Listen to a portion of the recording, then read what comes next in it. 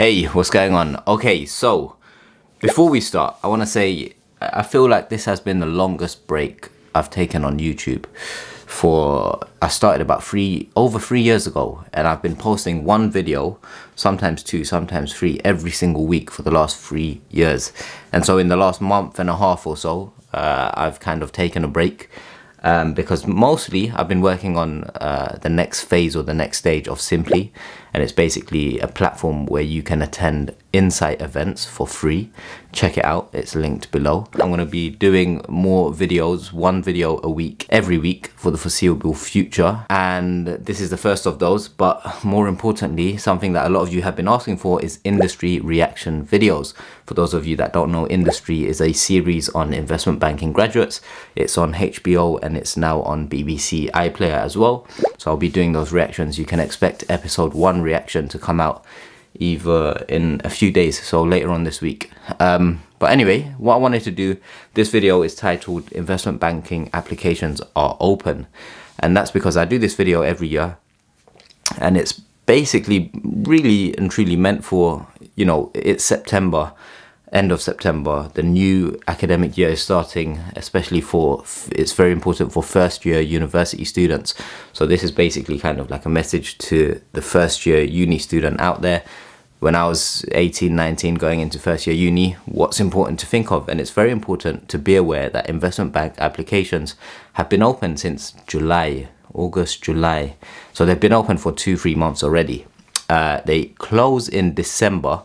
Some of them close in November, some close in December. But the most important thing I want to get across in this video is that you need to prioritize your applications. Yes, you're going to be in your first year of university. There's going to be lots going on. There's lots of modules, lots of different, course programs, course things that you need to do, and study material that you need to revise. You might have January exams, all of that. But you need to have a plan and an approach, a step-by-step approach to getting a spring week, an insight week at an investment bank. So let's say for this video, I'm going to assume you're entering university, regardless of if you go to a top tier uni, mid tier uni, or a bottom low tier uni. Let's say you're a first year, whether you study economics and finance or not, you want to get into banking or consulting or these types of careers. You need to first create a list of all of the investment banks. If you Google search all of the investment banks or top investment banks, top global investment banks, you will get a long list of, the bulge bracket banks, so the Goldman Sachs, the JP Morgan, Credit Suisse, Bank of America, Merrill Lynch, Barclays, so on and so forth. Create a list of about, the more the better, right? You're going to be working your way through these. Create a list of about 20, 30 different banks. Then you have the consulting companies, and then you've got any other companies that you might be interested in. Now, most of the investment banks are going to have spring weeks, otherwise known as insight weeks. And these are 1-week internships for first year university students. First year university students of a 3-year degree, or if you're first year or a second year student of a 4-year degree, you can apply to these. You want to apply to these as many as you can. And in essence, in order to get an internship in your second year, it helps to get an insight week this year, because oftentimes it's easy to convert those into a summer internship. Now, I'm talking to you as if you know nothing about any of this, so forgive me if you already know this stuff. Just skip this video and watch something else on the channel. Most important thing for your spring week or insight week application is having a good CV. Now, when you graduate or when you finish international baccalaureate or your A-levels, you really, it's rare for someone to have lots of work experience on their CV, especially relevant experience like internships or finance type of experience on your CV. Some people have it, great. If you don't, the way to stand out is to have a well-presented CV. The experience on your CV can be irrelevant. It could be work experience at Starbucks. It could be like whatever work experience you have. If it's not related to finance, it's completely fine and acceptable as a first year student. What's going to catch the reader's attention is having a CV that is structured nice and neatly, and there's not a single grammatical error or spelling mistake or, small errors. Because at the spring week, insight week stage for first year uni students, the bar is very low. To get an interview, all you need to do is apply with a good CV and a good cover letter, and you'll get an interview. When you go to your second year of uni, when you're applying for internships, it's a lot harder to get an interview because, they look for previous spring weeks. That's why they're so important. They look for good experience or relevant experience. They look for, you know, if you're part of any societies, rather than just being a member of a society. If you're taking a leadership position, are you the head of the society? Are you the, I don't know, partnerships manager? Are you head of marketing? Are you the president? So on and so forth. So in your second and third year of uni, it's more important to have like more impressive titles and roles on your CV. But for first year, you can get away with just, you know, having a nice, well-organized CV and a good cover letter. I've said this like 6 million times. Cover letter should focus on 3 things. Why are you interested in the company? Why are you interested in the business unit or the division? And why should they hire you? 3 paragraphs, 3 key questions you need to answer. The more specific your answer is to the company, the better. So right now you're probably going through freshers, you're doing induction, you're going to careers fairs and all of that. Try and join societies that you're interested in. If you're trying to apply to an investment bank, it makes sense to join the Economic Society or the Finance Society, the Investment and Trading Society. A lot of you have emailed me if I'm coming to your universities to do talks. I used to do my UK university tour, which ended up being parts of Europe as well, which was amazing. I did that a few years ago, but I stopped doing that because it just takes up a lot more time. It takes a day out of my week, and I love doing those talks, but it's just more effective to do these videos and then focus on other parts of YouTube, and simply that just works better for me. So I'm not doing a UK university tour or a university tour this year. Who knows, maybe in the future. I'm not doing those talks. However, I hope to bring companies to you guys through Simply. It's basically, you know how you have insight days or insight weeks where, you know, you go to companies and they tell you about them, they tell you what they do. You get a unique insight into a company. I want to bring that to you guys at a global scale through Simply. So an online platform where companies can host presentations, because right now companies really struggle to get access to all of you. And obviously I've got the YouTube channel, I've got Simply, I've got an audience there as well. And so the idea is to leverage that to bring you guys useful information and insights into great companies, and then companies benefit because they get access to you lot, and then hopefully they would want you guys to apply to them. And it's up to you. If you enjoy what you hear or enjoy what you see, then you're more inclined to consider applying to any open roles or internships, etc., etc.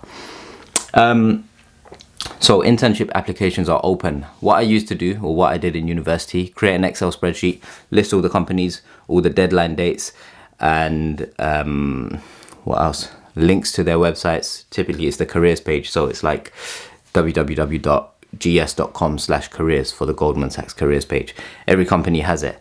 You want to look on their careers pages, spend at least, I would say, spend a few hours every week. The more time you spend on this day, higher chance of you getting an interview. And there's no point going to university, studying, getting good grades, and then you don't have a job at the end. So you need to, you know, prioritize securing a good job offer for your spring week, internship, and graduate schemes. Otherwise, university is a waste of time. That's my perspective. That's my view. It might be different for you. So create that Excel spreadsheet. This is actually very important as well. I'm just freestyling information that might be useful. Make sure when you go to university, you find a few people. It's hard to go and like actively seek people you can connect with and relate with. But if you don't go to university, if you just go to university and leave, or you don't go to any of the events, any of the society events, any of the interesting topics or talks or presentations, you're going to miss an opportunity to network. When I went to university, I went to, you know, things that I was interested in. And when I was there, like whatever it was, trading games or economic society events, or, you know, various of these little activities, by being there, I met people with similar interests. And then I met people who I actually liked or related to, who I connected with, who had similar backgrounds to me, who, you know, I just clicked with, right? And then that became my friend circle. It started off small and then it got bigger and bigger. And then throughout university, over those 3 years, all these relationships that you have, all these friendships and connections, they actually help you so much, and you can actually help them so much in getting an interview, in acing an interview, assessment center help, securing internship offers, helping each other with your CVs, your cover letters. Because if you go to uni and you don't actively make friends or network, you're going to go through this journey on your own, and it's going to be 10 times harder to succeed in getting a good job at the end, or, you know, doing well in your studies. And so networking at uni is just as important as networking in the world of work, because through those connections, it makes the experience more fun. It helps you learn. You get to help others learn. And in essence, everyone kind of rises together, rather than, you know, one person doing well and everyone else kind of falling behind. So actively network, be open-minded, especially, like, I'm saying this mostly for the introverts, people who are shy, keep to themselves. It's not easy to go out there or put yourself out there and make friends and do all of that. But trust me, it's worth it. You just need to take it slow, do it bit by bit, increase your confidence, and you'll be fine. When you're doing your applications for spring weeks and internships and all of that, a lot of the companies will have the same questions. They will say, write 200 words why you're interested in, or write in 200 words why you're interested in this industry, or in 200 words write a time or an example where you had to solve a problem, or in 200 words write how you worked as part of a team. Make sure all these responses, don't just type them in the application. Make sure you have like a separate document, whether it's a Google Doc, a Notion file, whatever it is, you have these questions listed and your answers already documented, because a lot of them could be used in different applications, and you just tweak them to make it specific for those companies. It will save you a lot of time, especially when you're doing like 30 or 40 applications. Rejection is part of the process. I applied to 30, 40, 50 plus companies. I got rejected from most of them, right? And then, you know, when that one offer comes through, or that one invitation for the interview comes through, you get excited, you go to it. Even if you fail, you learn from it, and then you apply those learnings into the next one and the next one and the next one. So it is a numbers game. I've used this analogy quite a lot. If you give me a dartboard and you ask me to throw one dart at the board, I'm gonna miss the bullseye. If you give me 100 darts, probably 2 or 3 will hit bullseye. Same thing with applications. You just have to keep doing them. But from each one, you want to take a learning and increase the quality of the application by 1%. There's a cool graph that goes, you know, if you increase by 1% every day, it's an exponential curve upwards, right? So you want to kind of take that and apply it to your applications, to your studies, in life in general, really, whether it's fitness or learning anything, it applies. 1% better every day will help you, you know, just beat everyone over the long term. So keep that in mind. So one thing I've been thinking about on the channel is what type of content should I create? Because I started this 3 years ago and I was making content for, you know, university students. And then a lot of the people that watched the channel then have gone on to get job offers, graduated. And so they've kind of graduated from that content. And now it's always a debate between, do I create content for individuals in the world of work, graduates and stuff, or do I keep creating content for first years and second years? Because it's a tough one for me, because every single year there's thousands of you who are joining university who it would benefit to make videos like this. And the YouTube algorithm, because I made those videos 3 years ago, it's not going to show it to you immediately, right? And so it's like, I need to put these videos out there for you, but it's the same content. I've made it already before, so it's kind of doing the same work twice. And then it's thinking about, what kind of new things can I do? So let me know in the comments below what your situation is, what would be most useful for you. Because at the end of the day, there's no point me sitting here making videos that aren't going to be useful for the viewers. So yeah, it saves time as well. One simple hack that I would do if I was in first year university, this is something I didn't do, and I would do it now if I went back in time, is I would use LinkedIn more.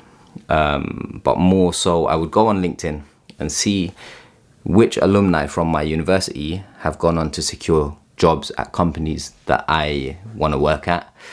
So let's say I went to Queen Mary, I'm a first year student, I'll go on LinkedIn and see which Queen Mary graduates got into Goldman Sachs, JP Morgan, Facebook, Amazon, WhatsApp, whatever company, any company, Deloitte, PwC, Bank of America, Merrill Lynch, whichever company, whichever industry you are interested in, see which graduates work there, and then DM them, not DM, Instagram message, LinkedIn message them, because they're more inclined to help you, because there's a connection, right? There's the university, and I know for sure If I graduated and joined a company and then a first year uni student from my university messaged me, I'll be inclined to help them, right?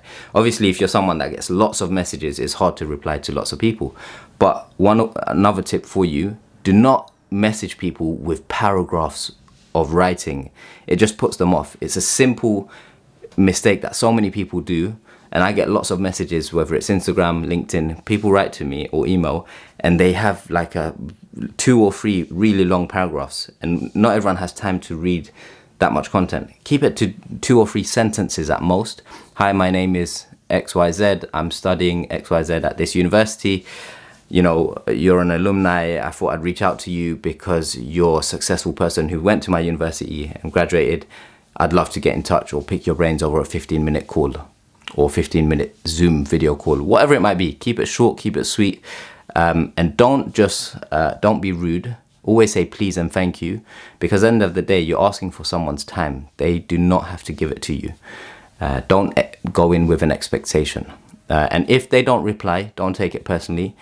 People are busy. You know, you never know what's going on in someone's life. And so don't be offended if they don't reply. But I guarantee you, if you send those messages to 100 people, you will get at least 5 responses. So once again, it's a numbers game. Anyway, I've been rambling on too much. Hopefully this video will be useful for anyone entering university. And yeah, best of luck with your first year of uni. Make sure you get those spring weeks.